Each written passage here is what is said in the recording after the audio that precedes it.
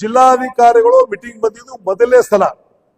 ನಾನು ಸುಮಾರು 18 ವರ್ಷ ಶಾಸಕನಾಗಿ ಮಂತ್ರಿಯಾಗಿ ಸೇವೆ ಮಾಡತಕ್ಕಂತ ಅವಕಾಶ ಹುಮ್ನಾಬಾದ್ ಕ್ಷೇತ್ರ ಜನ ಒದಗಿಸಿದ್ದಾರೆ. 18 ವರ್ಷ ಈ ಕ್ಷೇತ್ರದ ಶಾಸಕನಾಗಿ ಈ ಜಾತ್ರಾ ಮಹೋತ್ಸವ ಒಳ್ಳೆ ರೀತಿಯಿಂದೆಲ್ಲ ಮಾಡತಕ್ಕಂತ ಕಾರ್ಯ ಪ್ರಪ್ರಥಮವಾಗಿ ತಾವು ಜಿಲ್ಲಾಧಿಕಾರಿಗಳು ಬಂದು ಸಂತೋಷ ಹೇಳ್ತಾ ಇದ್ದೀನಿ. ನಾನು ಕೇಳಿಸ್ಕೊಳ್ಳಿ, ತಾವು ಜಿಲ್ಲಾಧಿಕಾರಿಗಳು ಮೊದಲನೇ ಸಲ ಬಂದಿದ್ದೀರಿ, ಅಭಿನಂದನೆ ಹೇಳ್ತಾ ಇದ್ದೀನಿ. ಒಳ್ಳೆ ಕೆಲಸ ಮಾಡಿದಿರಿ ಅಂತ ಹೇಳ್ತಾ ಇದ್ದೀನಿ. ನಾನು ಹೇಳ್ತಕ್ಕಂಥದ್ದು ಅದೇ. ನಾನು ಮುಜರಾಯಿ ಸಚಿವನಾಗಿ ಕೂಡ ಕೆಲಸ ಮಾಡಿದ್ದೀನಿ. ಸುಮಾರು 1 ವರ್ಷ 2 ತಿಂಗಳು ಮೈನ್ಸ್ ಅಂಡ್ ಜಿಯಾಲಜಿ ಮತ್ತು ಮುಜರಾಯಿ ಸಚಿವನಾಗಿ ಕೂಡ ಕೆಲಸ ಮಾಡಿದ್ದೀನಿ.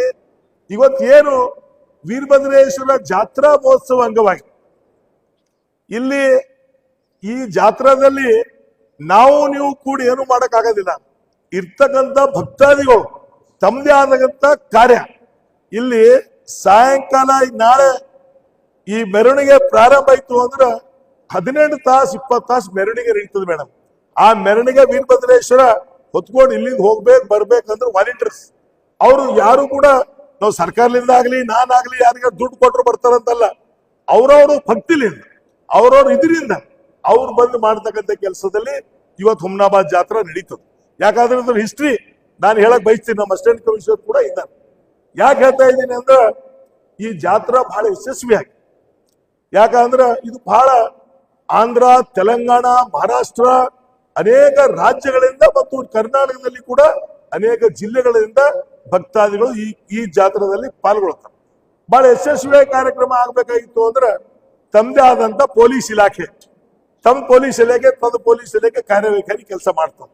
ಇವತ್ತು ವಿಶೇಷವಾಗಿ ಮುನ್ಸಿಪಾಲಿಟಿದವರು ನಮ್ಮ TMC ಕೌನ್ಸಿಲರ್ ಮತ್ತು ಅಧ್ಯಕ್ಷರು ಇಲ್ಲ, ಈಗೇನು CO ಇದ್ದಾರೆ.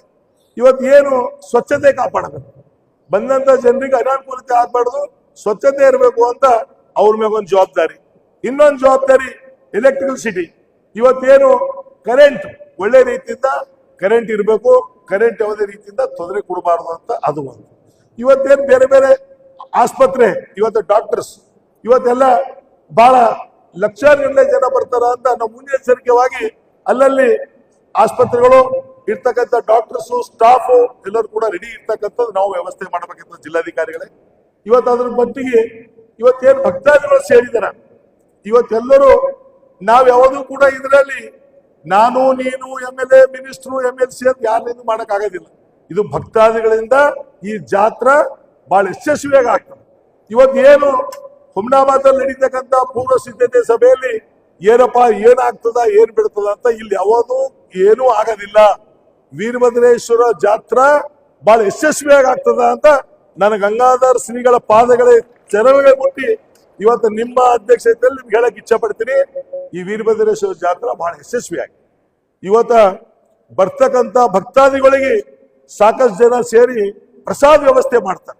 ಇವತ್ತು ಬಸ್ ಸ್ಟ್ಯಾಂಡ್ ಇರ್ಬೋದು, ಜೇರ್ಪೇಟ್ ಇರ್ಬೋದು, ಬಾಲಾಜಿ ಗುಡಿ ಇರ್ಬೋದು, ವಿಶ್ವಗುರು ಬಸವಣ್ಣನ ಸ್ಟ್ಯಾಚ್ಯೂ ಹತ್ರ ಇರ್ಬೋದು, ನಮ್ಮ ಮನೆ ಹತ್ರ ಇರ್ಬೋದು, ತಮ್ಮದೇ ಆದಂತ ಕಾರ್ಯದಲ್ಲಿ ಯಶಸ್ವಿ ತಾವು ನೋಡಿದಿರಿ ಅಂತ ನಾನು ಭಾವಿಸ್ತೀನಿ. ಅನೇಕ ಬಾರಿ ತಾವು ನೋಡಿದಿರಿ.